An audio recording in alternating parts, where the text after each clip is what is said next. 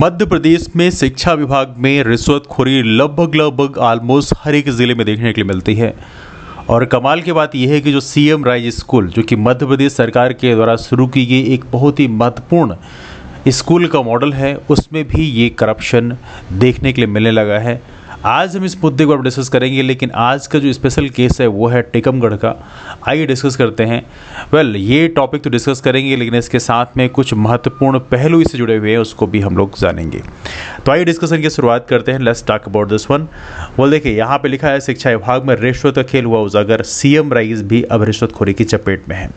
देखिए, मैं आप लोगों से कहना चाहता हूँ, ये एक बहुत बड़ी पहल है। इस पहल में आप भी पार्टिसिपेट करें, अपने दोस्तों को वीडियो ज़रूर शेयर करें, जिससे उन्हें पता चले रिश्वतखोरी के खिलाफ में कदम उठाए जा सकते हैं, है ना। तो पहली बात यहाँ लिखा है, जिले के नगर परिषद खरगापुर के शासकीय सीएम राइज स्कूल में मंगलवार को लोकायुक्त टीम सागर ने छापामार कार्रवाई की। इस दौरान स्कूल में पदस्थ प्रभारी लिपिक है अरुण कुमार जैन को 5,000 की रिश्वत के आरोप में रंगे हाथ पकड़ा गया। आरोपी लिपिक ने स्कूल में पदस्थ अतिथि व शिक्षक वर्ग 1 देवी दयाल साहू से जुलाई माह की उपस्थित पंजे में हस्ताक्षर करने के बदले 10,000 रुपये रिश्वत की मांग की थी। कितना इंटरेस्टिंग मामला है।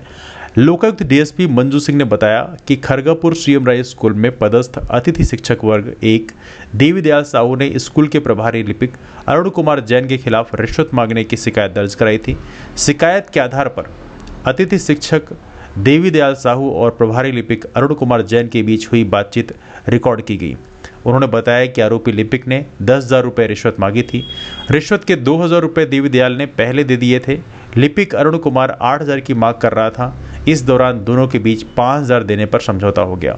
आज अतिथि शिक्षक देवी दयाल साहू स्कूल में रिश्वत की राशि लेकर लिपिक अरुण कुमार जैन के पास पहुंचा। उसने रिश्वत के 5,000 रुपये लिपिक को दिए। इसी दौरान लोकायुक्त टीम ने छापामार कार्रवाई करते हुए अरुण कुमार जैन को रंगे हाथ पकड़ लिया। हस्ताक्षर के बदले मांगी थी रिश्वत। आदित्य देवी शिक्षक देवी दयाल साहू ने बताया कि जुलाई माह की उपस्थित पंजे में हस्ताक्षर कराने के बदले लिपिक अरुण कुमार जैन ने 10,000 रुपये रिश्वत की मांग की थी। 2,000 रुपये पहले दे चुका था, आज 5,000 देने स्कूल पहुंचा था। कार्रवाई में शामिल रहे लोग सागर लोकायुक्त डीएसपी मंजू सिंह, निरीक्षक अभिषेक वर्मा, रंजीत सिंह प्रधान आरक्षक, महेश हजारी आरक्षक, नीलेश पांडे, पुष्पेंद्र सिंह, आशुतोष व्यास, ये सभी मौजूद रहे।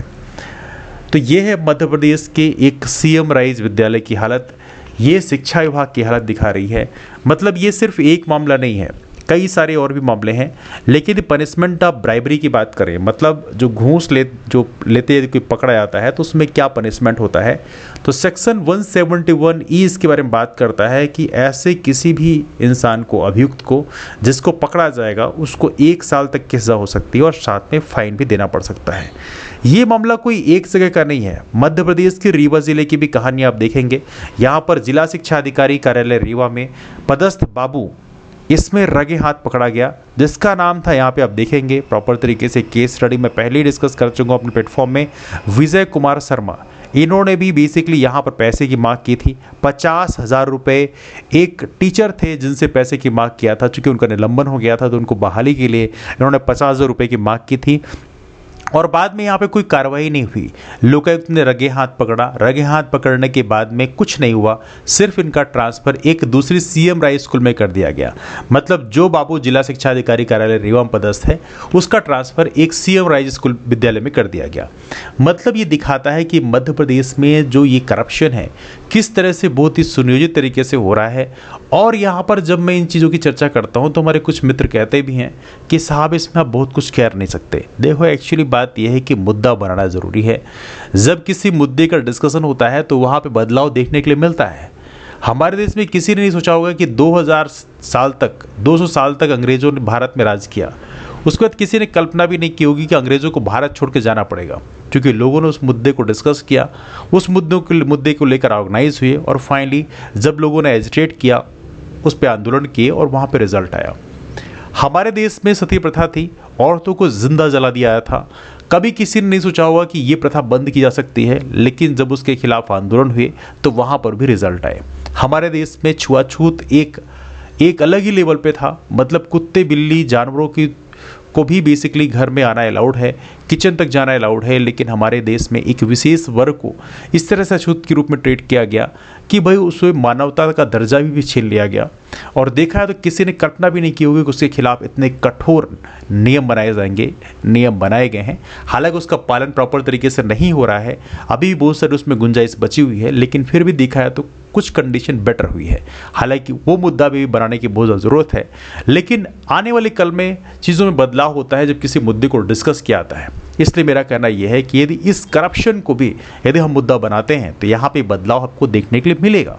यहाँ पर ये कहने से बात नहीं बनेगी कि ये फला पार्टी ऐसी है, फला पार्टी वैसी है। यहाँ पर मुद्दा ये बनेगा कि भाई हमें ये करप्शन रोकना है।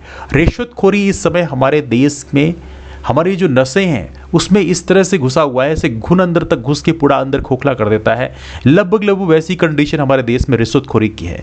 किसी भी ऑफिस में आप चले जाओ तो वहाँ पर लिपिक वर्ग की यदि हम बात करें, जो बाबू होते हैं उनको हम बदनाम करते हैं।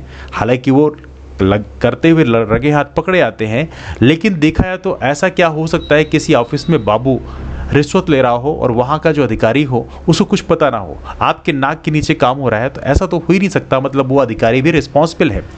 दूसरी बात देखी जाए तो यदि अधिकारी ही ऐसे उस ऑफिस में ऐसा हो रहा है, तो चूंकि जनता का जो प्रतिनिधि है, जनता के द्वारा जो चुना गया प्रतिनिधि है, विधायक है, सांसद है या वहाँ का मंत्री है, उसको इन्फॉर्मेशन ना हो, ऐसा भी नहीं हो सकता है। मतलब उसको इन्फॉर्मेशन होती है कि हाँ इस ऑफिस में ऐसा चल रहा है, वो भी फैसला नहीं ले रहा है। मतलब कहीं ना कहीं इसमें सबकी जो मिली भगत है वो शामिल है, और इसके लिए हमें एक बड़े लेवल पे इन चीज़ों के बारे में डिस्कस करना पड़ेगा, तभी जाके बदलाव संभव है। आपके ओपिनियन क्या है नीचे कमेंट करिए, जरूर बताएं। अपने यार दोस्तों को वीडियो जरूर शेयर करें जिससे उनके मन में भी इसके बारे में एक ओपिनियन बिल्डअप हो सके। मुलाकात करते हैं फिर, तब तक के लिए bye, take care, have wonderful day, keep moving forward and take care.